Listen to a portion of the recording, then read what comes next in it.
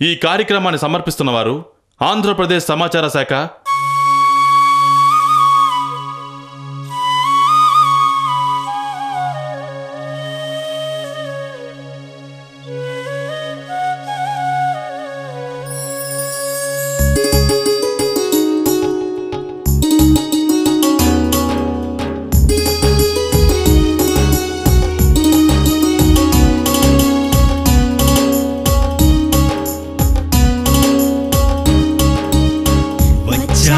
వచ్చాయి మంచి రోజులొచ్చాయి, సంక్షేమ పథకాలెన్నో ముంగిట్లోకొచ్చాయి.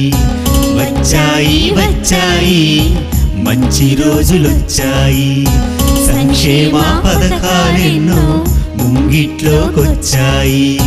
పేద బడుగు వర్గాల ఆశలెన్నో తీరాయి, సంక్షేమ పథకాలెన్నో ముంగిట్లోకొచ్చాయి.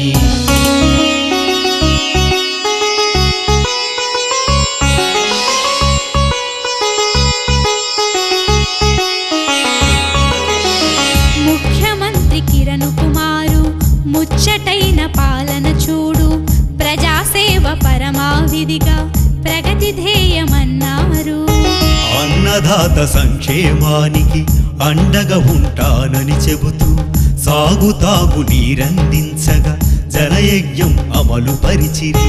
అనగారిన బతుకులలోన ఆశా కిరణాలను నింపి అందరికీ అండగా నిలిచి కొండంత బలమునిచ్చెను. పాడి పంట చల్లగా ఉంటే కూటికేమి కొరత ఉండదని కర్షక కన్నీరును తుడిచిరి, కష్టాలిక లేవని తెలిపి. వచ్చాయి మంచి రోజులొచ్చాయి, సంక్షేమ పథకాలెన్నో ముంగిట్లోకొచ్చాయి.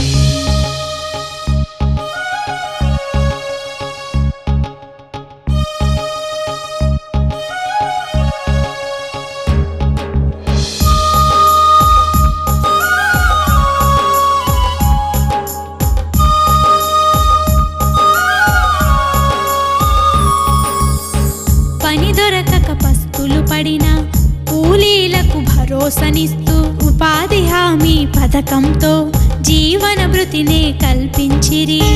ఇల్లు లేని నిరుపేదలకు సొంత ఇంటి కల నెరవేర్చిరి.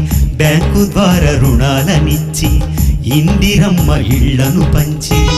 విద్యార్థుల బాధలన్నీ గని పై చదువులు కొనసాగాలని రీఎంబర్స్ నిధులను ఇచ్చి బంగారు భవితను సగిరి. అనారోగ్య బారిన పడిన అభాగ్యులను దరిచేర్చారు. ఆరోగ్యశ్రీ పథకంతో ఆనందాలు పంచారు. వచ్చాయి మంచి రోజులొచ్చాయి, సంక్షేమ పథకాలెన్నో ముంగిట్లోకొచ్చాయి.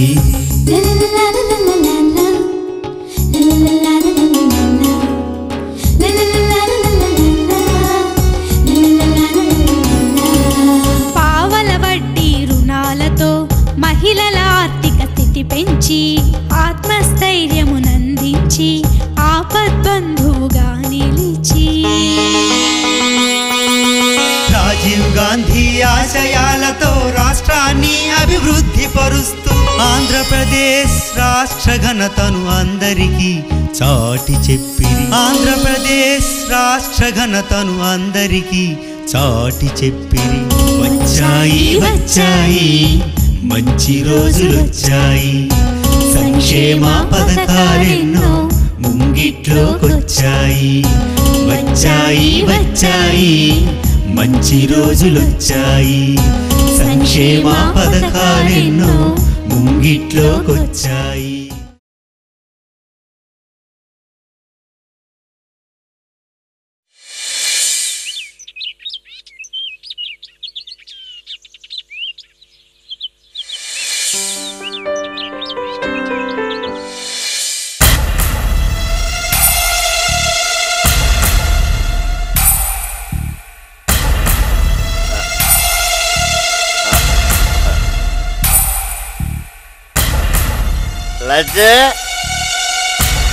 లజ్జ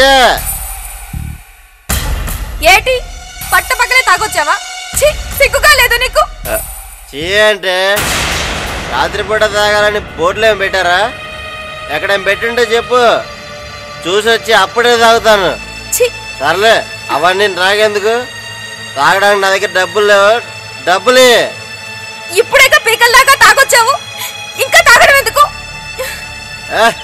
నా ఇష్టమే, నా ఇష్టం వచ్చిన సార్లు తాగుతాను. అడగడానికి నువ్వెవరు? అడగడానికి నువ్వెవరు అన్నప్పుడు నేను ఇచ్చే డబ్బులు మాత్రం నీకు కావాలా?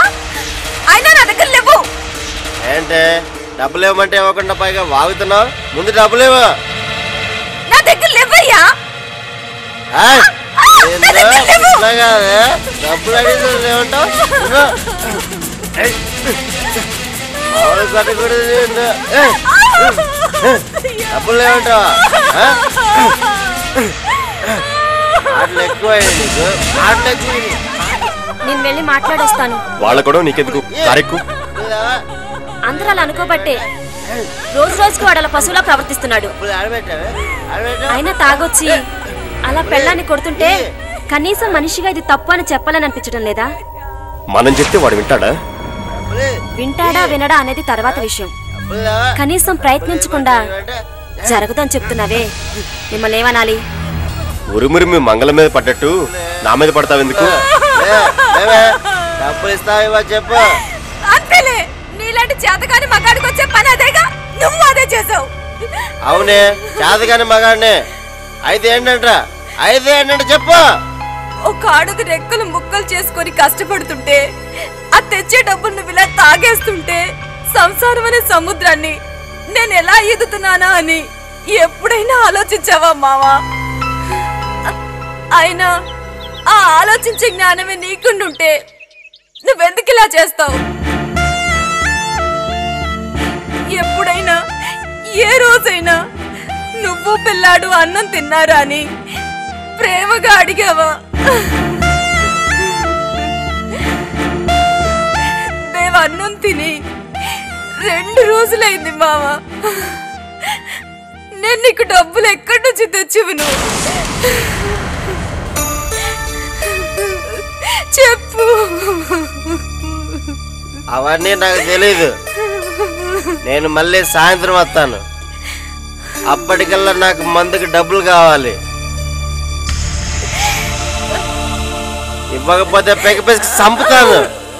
మీరు తింటారా, తినకుండా రోడ్డు మీద పడి సత్తారా, మీ ఇష్టం. చెప్పాలనిపిస్తే వెళ్ళి చెప్పు. డబ్బులు అడిగితే లేవుంటాడు.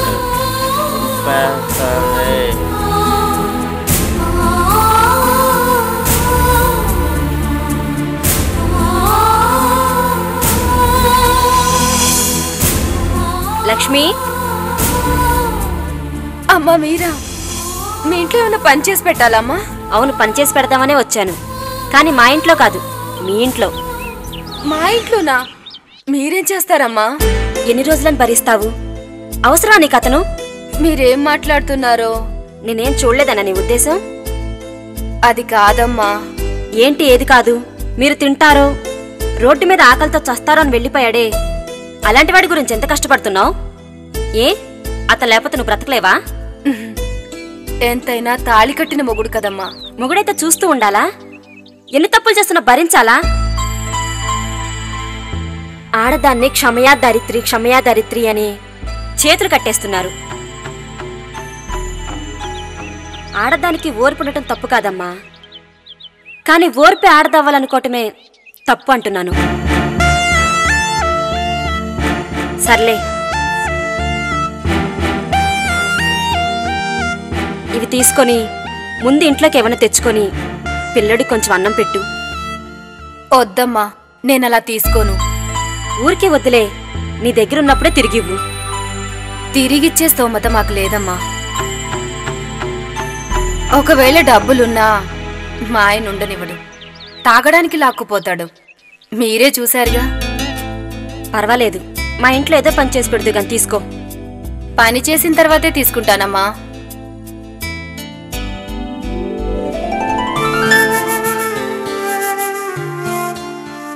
అయినా వాళ్ళ దగ్గర వీళ్ళ దగ్గర పనిచేయటం దేనికి? నువ్వే సొంతంగా ఏదైనా వ్యాపారం పెట్టుకోవచ్చుగా. మీరే చూస్తున్నారు కదమ్మా, తినడానికే డబ్బులు లేని మాకు సొంత వ్యాపారాలంటే డబ్బులు ఎక్కడి నుంచి వస్తాయి? వాటికి వేలు లక్షలు కావాలి. మీకు తెలియంది కాదు. బ్యాంకులో అప్పు తీసుకోవచ్చు కదా. ఏ ఆధారం లేని మాకు బ్యాంకు డబ్బులెందుకు ఇస్తుందమ్మా? కాళ్ళు అరిగేలా తిరిగినా ఇవ్వదు. ఒకవేళ ఇచ్చినా ఆ వడ్డీలు మేం కట్టగలమా? అందుకే మన ప్రభుత్వం మీలాంటి పేద ప్రజల కోసం పావలా వడ్డీ అనే పథకాన్ని ప్రవేశపెట్టి బ్యాంకు ద్వారా రుణాలు ఇస్తుంది. నిజమా అమ్మా? అవును. నువ్వు ఈ పథకాన్ని ఉపయోగించుకొని పస్తులుండకుండా తినగలిగితే నేను సంతోషిస్తాను. రేపే నేను ఒక అప్లికేషన్ తీసుకొస్తాను, పూర్తి చేద్దాం. డబ్బులు రాగానే ఏదాకా వ్యాపారం పెట్టుకుందు గాని. ఇప్పటికైనా తీసుకుంటావా? ఈ డబ్బులు నీకు డబ్బులు వచ్చినాకే తిరిగివ్వు.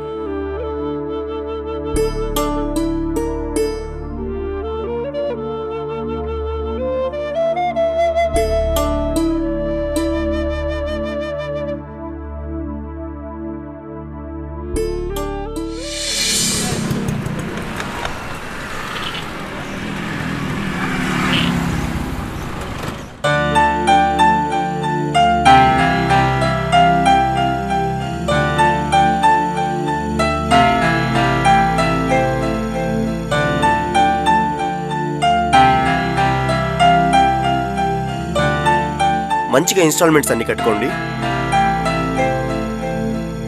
ఇక్కడ సంతకాలు పెట్టండి.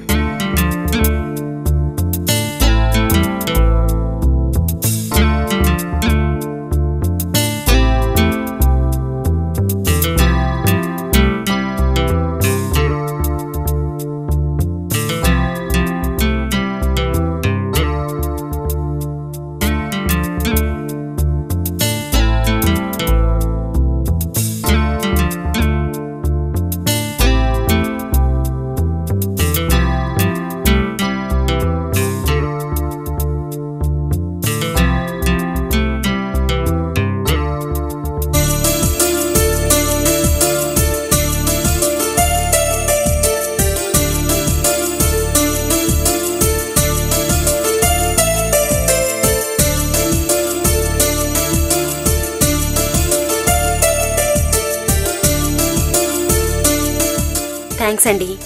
ఓకేనమ్మా, వస్తామండి. Okay okay.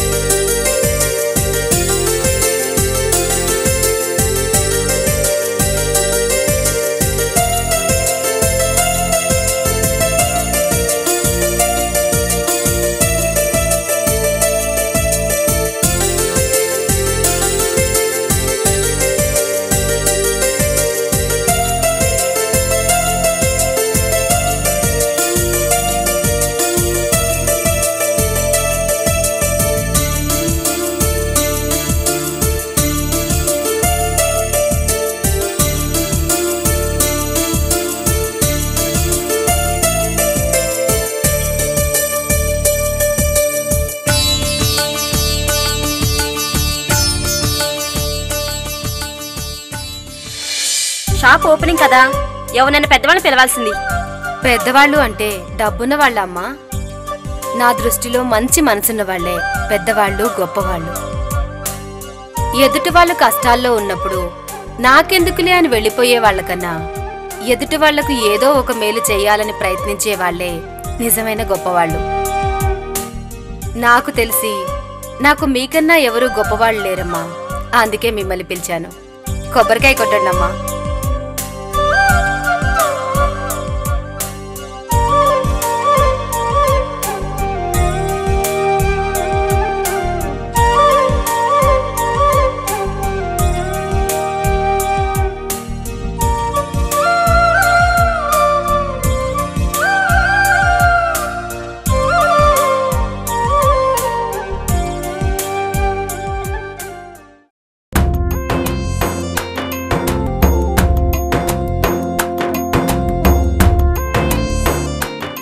కిలో పంచదార ఇవ్వు. అలాగేనమ్మా.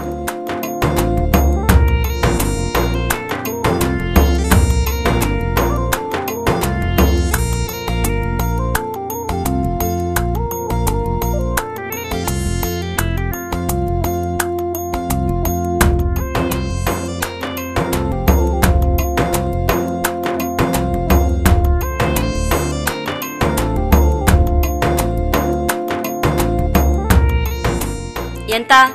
మీ దగ్గర డబ్బులేంటమ్మా? వ్యాపారం వ్యాపారమే, ఫ్రెండ్షిప్ ఫ్రెండ్షిప్పే. ఎంతైందో చెప్పు. 40 రూపాయలమ్మా.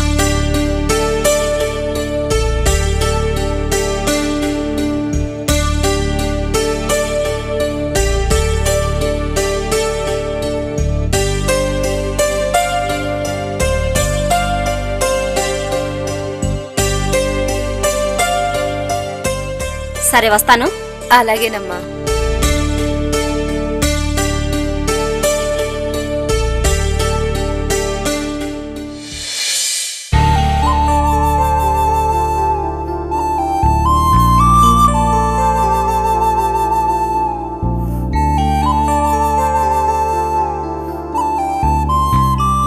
హేరా, ఎప్పుడొచ్చావు? ఇప్పుడే అక్క. అమ్మ వాళ్ళు బాగున్నారా? బాగున్నారక్క. నువ్వెలా ఉన్నావు? బాగున్నానరా. నువ్వు డబ్బులు అడిగినప్పుడు మా దగ్గర డబ్బులు లేకపోవడంతో నీకు పంపించలేకపోయాం. అమ్మ చాలా బాధపడింది. అయినా మన పరిస్థితుల గురించి నీకు తెలియందేముంది. ఇప్పుడు డబ్బులు సర్దుబాటైనాయి. అందుకే అమ్మే నీకు డబ్బులిచ్చి రమ్మని పంపింది. వద్దురా, ఇప్పుడు నాకు ఎలాంటి బాధలు లేవు. నేనే 3000 ఇస్తాను. వెళ్ళేటప్పుడు తీసుకెళ్లి అమ్మకివ్వు. అక్క, కోపంతో అలా అంటున్నావు కదూ? లేదురా, నేను నిజంగానే చెప్తున్నాను. అయినా ఈ షాపులో పనిచేస్తే వచ్చే డబ్బులే తక్కువ. అలాంటిది ఆ డబ్బులు మొత్తం మాకిచ్చేస్తే నీకు ఇబ్బంది అవ్వదు? ఏ ఇబ్బంది ఉండదు. అయినా ఈ షాపులో నేను పనిచేయడం ఏంటి? ఈ షాపే మనదిరా. ఏంటక్క నువ్వు చెప్పేది? నిజంరా, మన రాష్ట్ర ప్రభుత్వం పావలా వడ్డీ పథకం కింద పేద ప్రజలకు రుణాలిచ్చి ఆదుకుంటుంది. అలా తీసుకున్న డబ్బులతో పెట్టిందే ఈ షాపు. అయితే మన ఊళ్ళో కూడా ఇస్తారా? ఆ ఊరు ఈ ఊరని లేదు, ఏ ఊర్లోనైనా ఇస్తారు. అలా అయితే వెంటనే మన ఊరు వెళ్ళి దానికోసం ఒక అప్లికేషన్ పెట్టుకుంటాను. నేను కూడా మన ఊర్లో ఒక షాప్ పెట్టుకుంటాను. షాప్ పెట్టుకుంటే పెట్టుకున్నావు లేరా, ఎలాగో వచ్చావు కదా, ఓ 2 రోజులు ఉండి వెళ్ళు. అలాగే అక్క.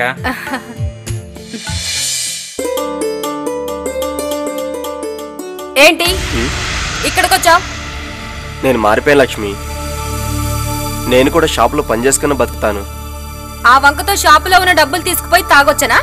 లేదు లక్ష్మి, నేను నిజంగానే మారిపోయాను. తాగుబోతు మాటలు ఎవరు నమ్ముతారు? ఇవాళ మారిపోయావు అంటారు, మళ్ళీ 2 రోజుల తర్వాత అంతా మామూలే. నేను తాగుబోతుని తిరిగిపోతుని ఏ పని చేతగాని వాడిని. ఎందుకు ఇలా అయ్యానో నీకు తెలీదా? పని కోసం చాలా మంది కాళ్ళ వేళ్ళ పడ్డాను. పని లేదు పొమ్మన్నారు. కళ్ళ ముందు పెళ్ళం పిల్లలు పస్తులుంటే చూడలేక, నీ కళ్ళల్లో ధైర్యంగా చూసి సమాధానం చెప్పలేక మందుకి బానిసయ్యాను. కానీ ఒకటి మాత్రం చెప్పగలను, ఏ మనిషి పుట్టుకతోనే తాగుబోతు కాడు. పరిస్థితులే వాడిని అలా మార్చేస్తాయి. నాకెవరూ పని ఇవ్వకుండా తాగుబోతుని చేశారు. నువ్వు కూడా పని చెప్పకుండా ఈ తాగుబోతుని తాగుబోతుగానే ఉంచేస్తావా లక్ష్మి? నీ చివరి కోరిక ఏంటి అని అడుగుతారు. అలాంటిది మానసికంగా ఎప్పుడో చనిపోయిన నాకు ఒక అవకాశం ఇవ్వలేవా? కావాలంటే నీ కాళ్ళు పట్టుకోమంటావా? ఏంటి మావా ఇది? నువ్వు నా కాళ్ళు పట్టుకోవడం ఏంటి? ఎన్నోసార్లు నా మామ మారితే బాగుండు అని మౌనంగా మనసులోనే ఏడ్చాను. అలాంటిది నువ్వు నిజంగానే మారి పని చేసుకుంటాను అంటే నేను కాదంటానా? రా మామ, ఇదంతా మందే.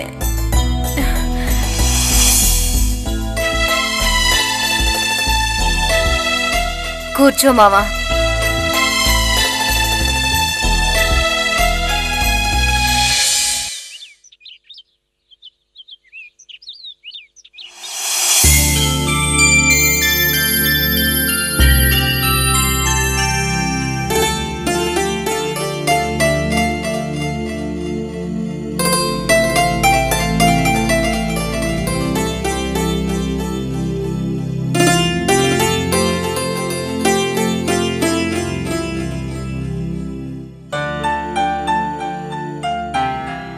రండమ్మా.